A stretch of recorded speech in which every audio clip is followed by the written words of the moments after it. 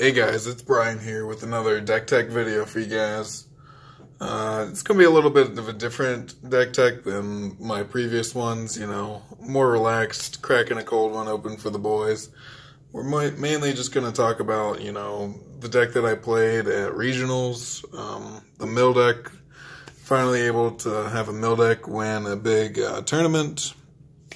So just quick background, I played at the Wisconsin Regional this past weekend and was able to take it home. Me and Will and Andrew all went to this event. Me and Will both played this mill deck and Andrew played PO Hondo. We got a lot of cool write-ups and videos on our website, so feel free to check those out. This deck is also on SWDB, where we kind of break down matchups as well as some cards we like to interchange.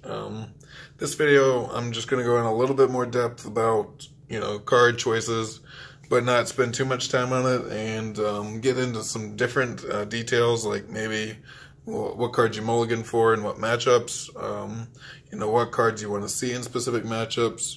Yeah, so I'll get right into it. First off, we'll get into some card choices.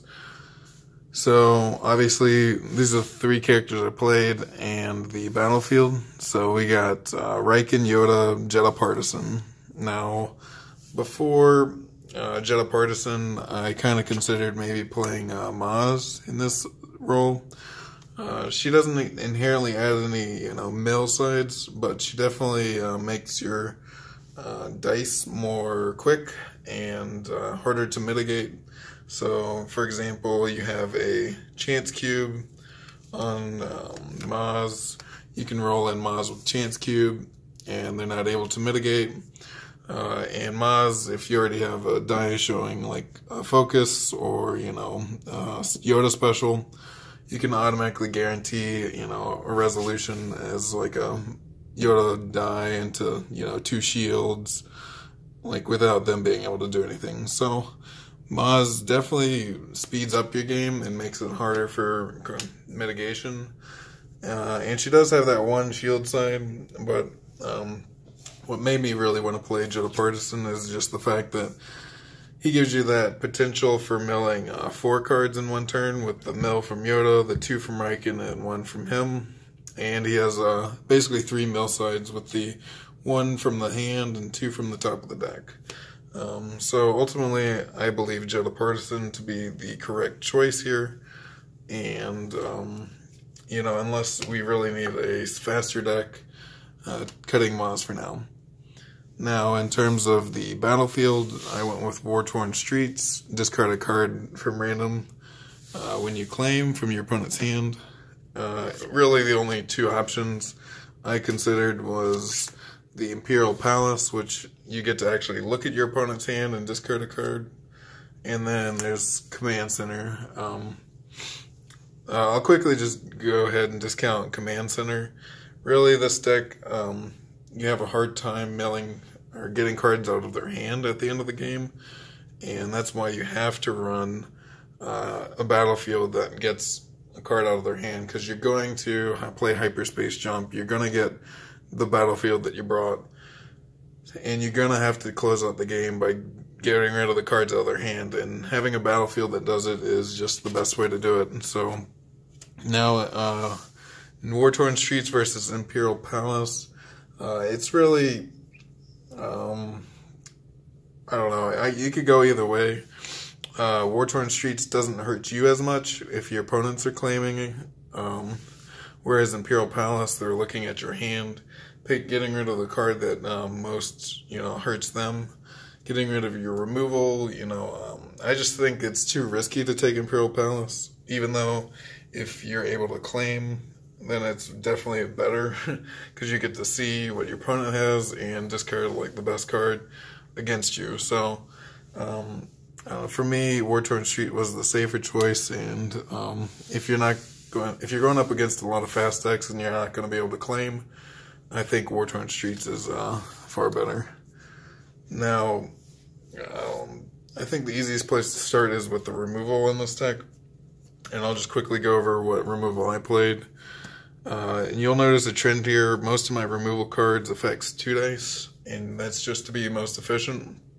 So, really, 1-for-1 card, like Electroshock, for example, isn't as good anymore, because with so many good removal cards now, you're wanting to get more value for your resources. So, overconfidence, not really getting rid of 2 dice, but maybe, re-rolling them both and getting rid of 1. It's really good into a special meta, like PO Hondo, because getting rid of specials is their best side. Into the garbage chute is really good. You're exhausting one of your characters to get rid of 2 dice showing damage. Typically, you'll want to exhaust Jetta Partisan, because he's the weaker of the 3. Just a really good card. So if you have it in your hand, you'll just definitely want to keep Partisan from rolled in. Easy pickings. Everybody seems to already understand how good this card is. It wasn't the best for me at the regional, but definitely when it did go off, it was just huge. And lastly, I played 2 Unbreakables. It's the only single target removal in the deck, but it is really strong in the sense that most of the times you can hit any dice with this card because you have so many shields. So, I mean, if you're paying 1 to remove 1 dice, at least let it be any dice you want. So, those are your 4 removal cards with 2 each. And next we'll go into kind of I like to call the shield and heal cards. So, pretty much some staples would be 2 entrenched. It's not the most resource effective card in the sense that, you get 1 for 2 shields is kind of, the standard, and you're getting 3 for 5. It's more the value that 1 card is able to give you 5 shields rather than the 3 mana. And we'll get into later that this deck just has a lot of resources. So, Air Superiority is a really underrated card. I think most people, when I play it, at least who aren't familiar with the mill deck, they're like, Air Superiority, what does that even do? I like to say it's just a backup muscle for shields. So you're paying 1 for 3 shields, which is great, kind of like that dug-in level, but not as fast. But you really don't need it to be that fast. You just really want to have it in the early turn so you can go ahead and trigger Rieekan's ability. And then later in the turns, you just kind of dish it out as you wish. Played 2 cautions. I mean, I don't think anybody's going to argue that caution is just a really strong card. For those turns that, you don't roll mill sides on Jetta Partisan, or you just roll in Rieekan and use it on him when he doesn't get his 2 shield sign. Really strong card overall. I played 1 field medic, and this was kind of a late addition, but it's really good against a lot of unblockable damage. Like if you're expecting a lot of Obi Maz, one thing I saw is like, Obi Saber every turn, just dealing 3 unblockable. Really annoying and getting around your shields. So, field medic at least helps with that. And some villain decks or melee decks are also running Vibrant Knife. So, it's 1 for 2 heal, but it can be really clutch in a lot of situations. And then the last shield card I ran was 2 Hunker Downs. There's a lot of people who are running, Yoda's Hut, Spirit of Rebellion, cards I'll talk to later, but Hunker Down is just really mana effective, and against ranged or indirect damage decks, it is just insane what value you can get out of it. Even if you're running against a melee deck, you can just hold this in your hand, wait till they resolve their dice, you play it at the end of the turn, get a shield. You'll be able to start the turn with at least 1 shield for Rieekan, and then at the start of the turn you could even just reactivate it right away. And there you paid 0 for 2 shields. So basically, better than Spirit of Rebellion, better than Yoda's Hut. Not always the most reliable because it's a little slow, but most mana efficient for sure. So that is all the shield and heal and removal cards. So we'll get more into kind of the core of the deck. I'll go ahead and go with the upgrades next and supports. So for upgrades, I played one Scout, and Scout really is just in the deck so that you can close out games. You have it on the board, you're able to, get those last few cards out of your opponent's hand, speed up the pace for when either your C-3PO is vandalized or you didn't draw it yet. It's also a somewhat decent early game. Let's just say one of your characters dies. I found that playing a Scout on Rieekan when Jedha Partisan died early is basically replenishing Jedha Partisan's die onto Rieekan, so it didn't feel as bad losing a character, because Scout was kind of there to supplement that mill each turn. And like I said, C-3PO, the heart and core of this deck, it's one of the most busted cards in this game, allowing you to resolve whatever. You can do the Yoda special always. You can change this 2 indirect into a 2 discard. You can change his 2 focus into 2 discard. You can play cards like Chance Cube, where you take the 3 side on Chance Cube and you turn it into 3 discard, or you turn it into 3 shields. These 2 cards combo very well and let you do some dirty things, and really is the key closer of the deck. And as time goes on, and if this deck gets more popular, I definitely see people running cards like Vandalize to get around C-3PO. The last upgrade I played was Protective Mentor. Protective Mentor is an interesting card in the sense that it doesn't give you any value. It doesn't give you any shields or anything, but it can certainly keep one of your characters alive in a clutch moment. Say you have one character with a lot of damage and you have another guy with Hunker Down on him. You play Protective Mentor on the guy with Hunker Down, and all of a sudden you got this meat sack who's just getting shields each turn, who's protecting one of your guys. So it combos really nicely and can make your team really hard to deal with. And the last card is a Scrap Heap. 2 Scrap Heaps. It kind of goes in hand with Chance Cube. Some people call it a commodity card. It's a card in the sense that it's like you pay 1 for it, and each turn you're getting a resource, which can really help you pay for Chance Cubes to roll in and pay for these 3-cost events. Scrap Heap is just so good with Rieekan, and you also have 2 other characters that mill from the top, so it's not like you're completely relying on Rieekan's ability. But, yeah, Scrap Heap is really good.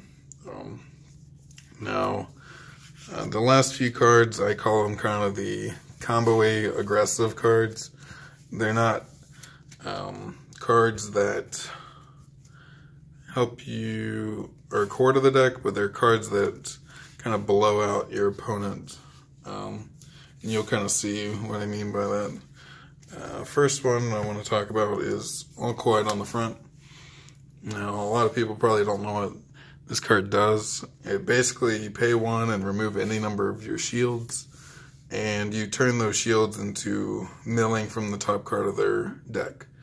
So let's say the maximum possibility is 9. You have 9 shields, 3 on each character, and you remove them all for 1, and then you mill 9 cards from the top of their deck.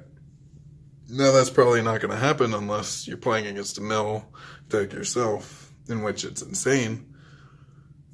But it does certainly give you, a few outs when your opponent plays cards like Ancient Lightsaber, and let's say you only have Rieekan left. It also just kind of catches your opponent off guard. Say you roll in Rieekan, you mill 2, your opponent knows they still have, a couple cards left in their deck. so they still feel confident discarding to reroll or playing a few more cards, and then you hit them with the all quiet. All of a sudden, they're out of cards in their deck, and, you know, the game's pretty much over. So I'm not going to go too much more into depth. Next card would be Fallback. Now, Fallback, simply put, just wrecks decks that rely on upgrades for damage. And considering this deck doesn't run hardly any upgrades, it doesn't hurt you at all. A lot of times you'll pay for and get rid of 2 upgrades, which is also just pretty insane. And then the upside of, you know, getting rid of 3 or 4 upgrades is also just nuts. It really just kills your opponent's momentum later in the game when they think, you know, they're just ramping out all their dice, got their 2 Shotos, and, you know, really feel confident, and you play Fallback. And all of a sudden, the game's pretty much over. Very hard card to play around, and, you know, it's certainly not best in every matchup. You know, played against support decks, and not very good. But what is really good against support decks is Hyperspace Jump. Now, this card has really 2 purposes. One, it gets you out of really bad situations, whereas your opponent rolled in, you know, both their characters, and they just hit, you know, all these focus sides or, you know, all damage sides, and you're looking at your hand and you're like, well, I have no removal. I'm going to be pretty much screwed this turn. So what you do is you Hyperspace Jump, and if you're not playing on your battlefield, you switch to your battlefield. Those 2 things make this card pretty much a staple no matter what. And against the finals, where I played Vehicles against Nick Obi, I mean, Vehicles are just so slow that, you know, I'm able to roll in Rieekan, roll in Yoda, you know, discard 3 cards, do everything I need for my turn, roll in C3PO, Chance Cube, discard 3 cards, and he basically hasn't even rolled in half of his stuff. And I just can play Hyperspace Jump and end his round and save me tons of damage. Really good against slow decks, and also really good against those turns where you have really bad hands. So, yeah, that's really pretty much all of the deck. Those are all 30 cards I played at the regionals where I won. I'll go into a little bit about some alternative cards real quick. Starting with upgrades, since we just talked about those. 2 cards that I could see in the deck that didn't make the cut is a Second Scout and a Maz's Goggles. Really don't know if 2 Scouts is right. Maybe if people start playing more Vandalize, you need more, you know, ways to get rid of cards out of your opponent's hand. Could definitely see that, but us playing 2 Fallbacks really kind of, you know, don't want to put too many upgrades on the board. We don't really want to hurt ourselves. And then Maz's Goggles. Spawning a yellow character is not the best for us, considering probably people go for the lowest health target in Jedi Partisan. You want this card late, so you can't always guarantee that you'll be able to play it. I could definitely see cards like Bespin Wingguard, which wasn't legal at our regional, kind of filling this gap here. Definitely would consider that and trying out that. In terms of other cards I would consider, I would maybe try to fit in a second field medic. A card I tried and took out was Dug In. Dug In really is clutch turn 1. Let's say your opponent's like, you know, I don't want to give him shields. I'll take his battlefield.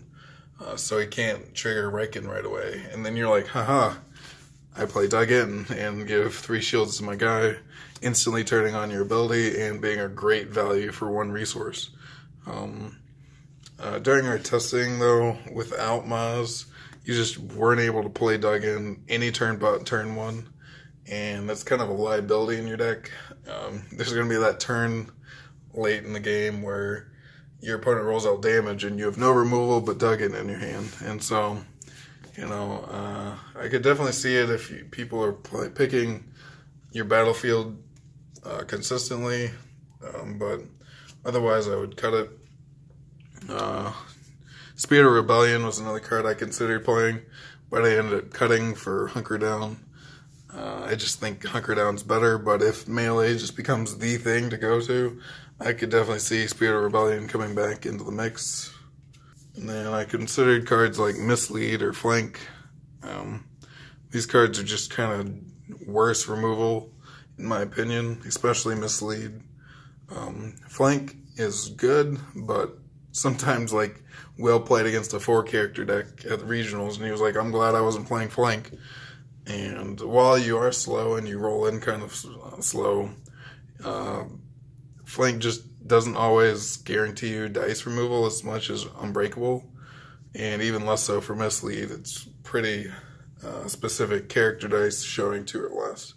So if you needed more removal, I would say go for Flank, but definitely kind of low on the totem pole. 2 other removal cards we looked at were Dive and Defend. For our meta, we often saw a lot of range decks, so we actually considered putting in Dive into the deck, but we were glad we didn't, because when we showed up to the regional, there was probably, 60-40 in terms of like melee versus range decks. So it's really hard to put these into your deck at the start of a meta when you're not really sure what to expect. Maybe as the meta evolves and we see a certain damage type to come out on top, I could see maybe putting one of these or 2 of these into a deck. And the last card I considered putting in was Friends in Low Places, and it's mostly just to get rid of cards like Vandalize, protecting your C3PO, and it's also just a 0 cost discard a card from your opponent's hand, which is pretty awesome in this deck. But at the same time, you just gotta look at the opportunity cost. As more people decide to play Vandalize or cards like that, I could see Friends in Low Places definitely making it back in. Also, the spot yellow is another concern. Putting in too many spot yellows, like I said, just not guaranteed to always be able to play it in the game. And I think that about does it for the cards in the deck. And I'm sure you guys are just more interested in my thoughts and opinions on matchups. And some of the decks I think that this deck is the best against is decks like Obi Maz. Specifically because they just start off with 1 character with 2 dice to do damage. Maz isn't really there to do damage. So they have 2 dice to do damage, and if you draw any of these, 8 removal cards in your deck, you're pretty much in a good spot for the turn. I mean, and then even so, on that one turn where Obi just rolls 3/3 or shield or resource, and you easy pickings his dice, that turn is just completely blown for them. And, they're able to do maybe like 2 or 3 damage, which against this mill deck, that's just not good enough. And same thing could be said for, Into the Garbage Chute. Even just cards like Unbreakable or Overconfidence, removing 1 OB dice can just be so detrimental. It's just like the old PO Maz, Removing 1 PO dice each turn was just like how you beat the deck. And the icing on the cake in that matchup is definitely Fallback, because they just rely so heavily on getting upgrades out that, Fallback just kind of ends their hopes and dreams at the end of the game. Another matchup I think is really good is against PO Hondo, and really kind of the reason I built this deck is PO Hondo became pretty popular, and really, against PO Hondo, you're just mainly looking for Scrap Heap turn 1. Scrap Heap turn 1 is so good against PO Hondo, and just so that you get a lot of resources. You're guaranteeing that you can, afford to pay the Hondo player for the damage. So you would generally want to just play Scrap Heap and negate most of their damage from Hondo early, And then also Scrap Heap generates enough resources so you can play Fallback. And now, once again, Fallback is just really good against that deck in the sense that they often play cards like Cunning, Pose Blaster, DL44, you know, all these upgrades because they got so much money. And then you play Fallback, and, you know, playing Fallback against a guy with Cunning, Pose Blaster, they're probably getting rid of Cunning, keeping Pose Blaster, and getting rid of whatever is left. So it really cuts down a lot of their damage potential, and you're just able to, you know, stay ahead in terms of the resources. That their Hondo doesn't do much the whole game, and they basically have one character with one upgrade dealing damage the whole game. So, pretty good matchup for you there too. Like I said about the vehicle decks, I mean, generally you just kind of want to shield up early, mill as much, and then later in the game you just play Hyperspace Jump. Now, there's some like people who said maybe you run cards like Retreat and stuff, and I could definitely see that if you're worried about more vehicle decks in your meta. But really, it's not much to that matchup other than getting Hyperspace Jump, keeping shields on your characters, and milling with Rieekan. And obviously in the mill v mill matchup, there's some key cards in that matchup. All Quiet on the front to mill potentially 9 cards off the top of their deck. Scout, C3PO, and Chance Cube. These pretty much are your win conditions in the game. So opening hand, if you can get any number of these, you're probably in good shape. Because, you know, getting any of these milled by Rieekan can just be game-breaking for your matchup. So, definitely mold to look for these against my matchups against Will, and had pretty good success. And then, just want to go in general, what cards I look for when I play this deck. I generally look for a turn 1 Scrap Heap in any matchup. You know, Caution's really good turn 1. Heir Superiority is also really good turn 1. And some sort of one of your removal cards, you know, any of these 8 in that hand. And then, you know, some combination of maybe a Hunker Down, a C3PO, or a Chance Cube. So, in general, like my preferred opening hand is something like, I guess maybe you could clump these and clump these. Any combination of 5 of these cards, turn 1. So yeah, hope you guys enjoyed the video. I certainly enjoyed making it. This deck, you know, it's not necessarily the most fun to play against, but it definitely does take some skill to play. And knowledge of matchups and what your opponent can do and what your key cards are, and knowing what to look for in the game. If you have any questions or comments, be sure to leave a note down below. Subscribe to our YouTube channel, and check out some of our articles on DestinyCouncil.com. And I'll see you guys next time. Cheers.